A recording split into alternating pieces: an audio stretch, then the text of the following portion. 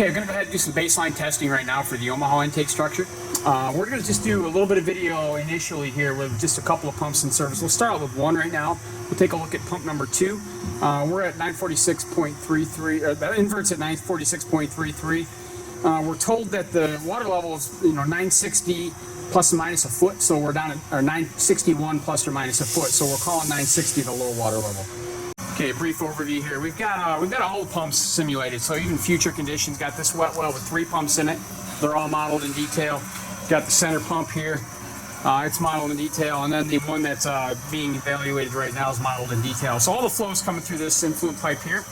You can see the pumps are modeled up to the suction flange in detail. So we've got the reducing elbows all modeled in detail.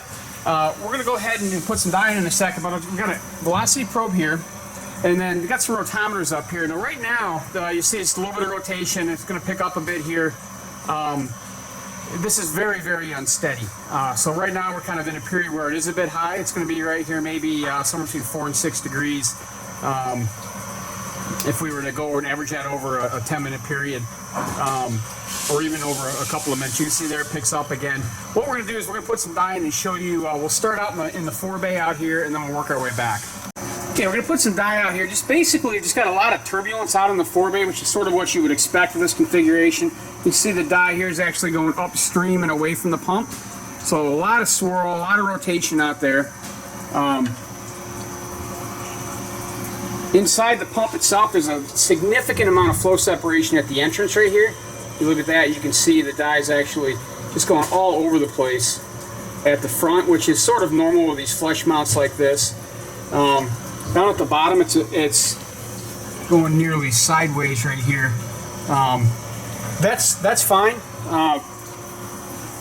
Looking at it out there and seeing a lot of turbulence, what we're concerned about is at the pump.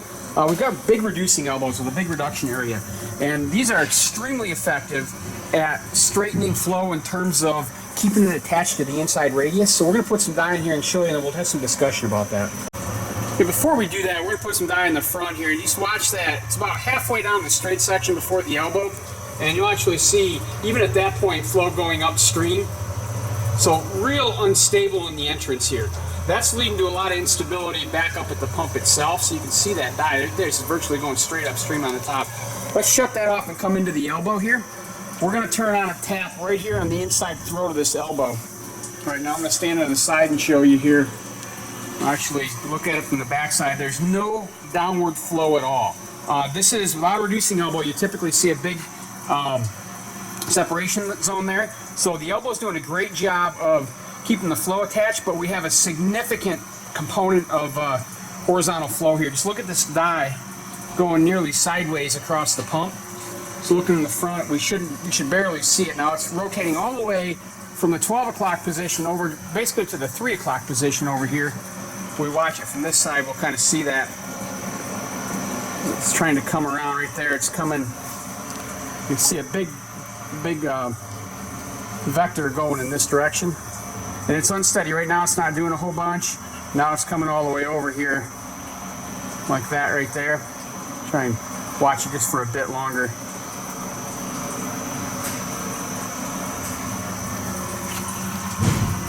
It's really pulling here.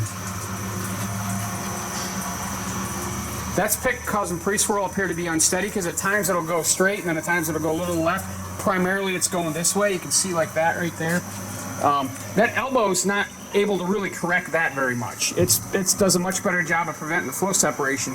It doesn't necessarily straighten the flow if we've got a big velocity component to it. Or a horizontal velocity component, I should say. So unsteady pre-swirl. Upwards of, just a second ago we measured it at 6 degrees, and just a huge vector going in this direction right here. That's not going to bode well. The impeller's not going to be happy with that. Let's move over. We'll take a look at the next pump.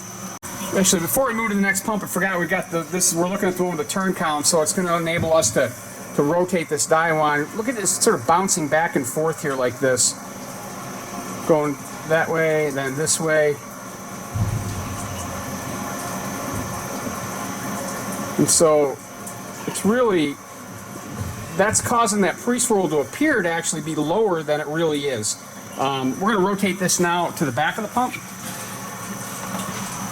Take a look in the back side here. Now you see it getting pulled.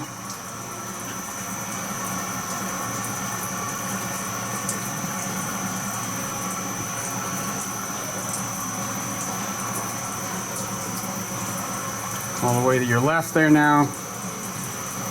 And then it'll come back over to the right in a little bit. Mostly the predominant direction's that way, but there goes one to the right, left. And so we've got definitely some non-uniformity entering into the pump out here. Let's take a look at this other pump in service by itself. Let's take a look at pump 1 on its own. Okay, so here again, take a look. The rotometer sort of stops for a second, and then you'll see it kind of trying to go. Just a second ago, it had picked up a good burst, and it was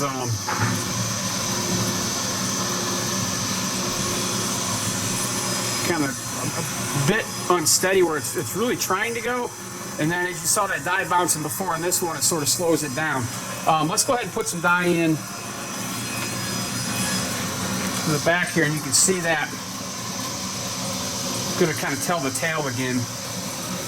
Right here in the back of the pump, we've got just a lot of back and forth. Right there now it's going to the right, and it's going to the left, or right here, and then in a second you'll see it going way over. So there we go, now to the left. So that's causing that rotameter to kind of do this, you know, back and forth, rather than picking a direction. So a big left component right now, really going almost around to the side of the pipe, and then now it's going to switch directions in a minute here probably. We just saw a bunch for a second going to your right.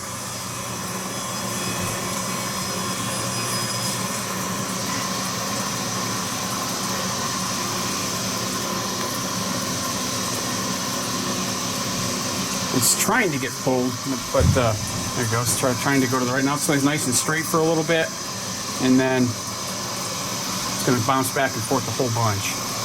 So right there goes a bunch to the right. So this is just got to do with the overall instability out here. It's constantly changing direction all over the place, as you saw out there.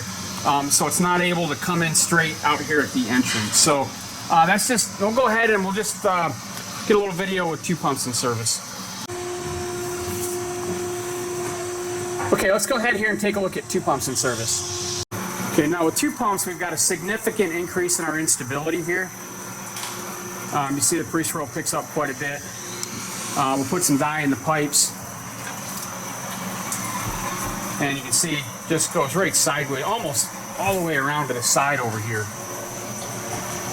Just a significant directional change back and the instability, that back and forth, back.